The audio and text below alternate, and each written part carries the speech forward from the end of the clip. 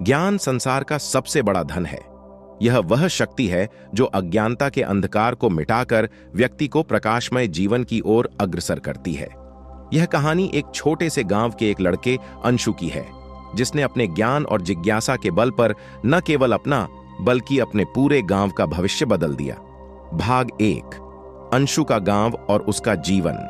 भारत के एक सुदूर गांव ज्ञानपुर में अंशु नाम का एक लड़का रहता था।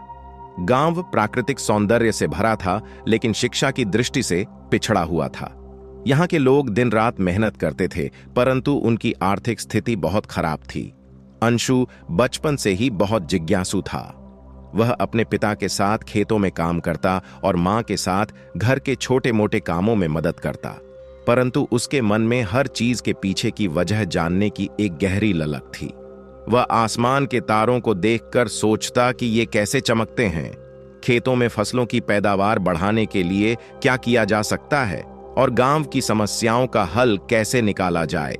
गांव में एकमात्र स्कूल था जिसमें केवल 5वीं कक्षा तक की पढ़ाई होती थी। अंशु का पढ़ाई में बहुत मन लगता था, लेकिन स्कूल की पढ़ाई खत्म होते ही उसे अपनी शिक्षा को रोकना पड़ा।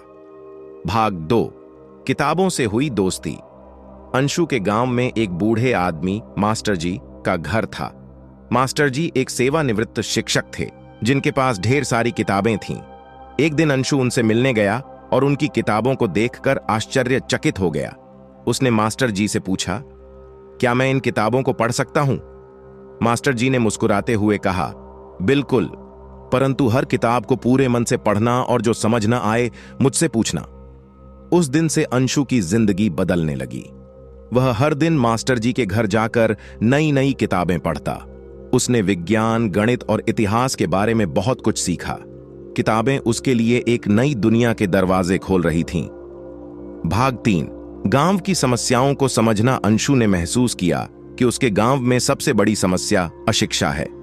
लोग नई तकनीकों और वैज्ञानिक तरीकों से अनजान थे। खेती के पुराने तरीके अपनाने के कारण फसलें कम होती थीं। बारिश न होने पर खेत सूख जाते थे और बिजली की कमी ने हालात और खराब कर दिए थे। अंशु ने सोचा, यदि मैं अपने गांव वालों को शिक्षित कर पाऊं और उन्हें नई तकनीकों के बारे में बता सकूं, तो हम इन समस्याओं को हल कर सकते हैं।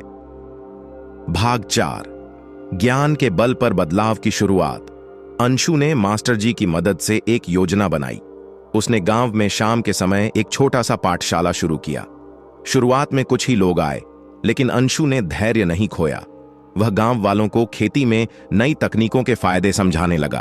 उसने बताया कि किस प्रकार फसल उगाने के लिए मिट्टी की गुणवत्ता जांची जा सकती है, कैसे पानी का सही उपयोग किया जाए और सोलर पैनल का उपयोग करके बिजली बनाई जा सकती है। धीरे धीरे उसकी बातें गांव वालों को समझ में आने लगीं। भाग 5, पहली सफलता।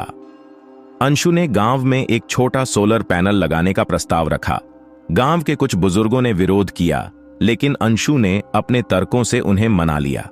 सोलर पैनल लगाने के बाद गांव में पहली बार बिजली आई। रात में रोशनी होने लगी और बच्चों को पढ़ाई करने में आसानी हुई। गांव के किसान अंशु के बताए हुए तरीकों से खेती करने लगे। फसलों की पैदावार दोगुनी हो गई। अब लोग बाजार में अपनी फसल बेचकर अच्छी कमाई करने लगे। भाग 6, अशिक्षा से शिक्षा की ओर। अंशु ने गांव के बच्चों और बुजुर्गों के लिए अलग अलग क्लास शुरू की। बच्चों को बुनियादी शिक्षा दी जाती थी, जबकि बुजुर्गों को आधुनिक तकनीक और अपने हकों के बारे में बताया जाता था। उसने गांव में एक पुस्तकालय बनाने का भी निर्णय लिया, जिसमें मास्टर जी ने अपनी सारी किताबें दान कर दीं। गांव के अन्य लोगों ने भी सहयोग किया और पुस्तकालय जल्द ही बनकर तैयार हो गया। भाग 7, गांव का कायापलट। कुछ ही वर्षों में ज्ञानपुर गांव का रूप बदलने लगा। जहां पहले लोग गरीबी और अंधकार में जीते थे, वहीं अब शिक्षा और ज्ञान की रोशनी से उनका जीवन चमकने लगा।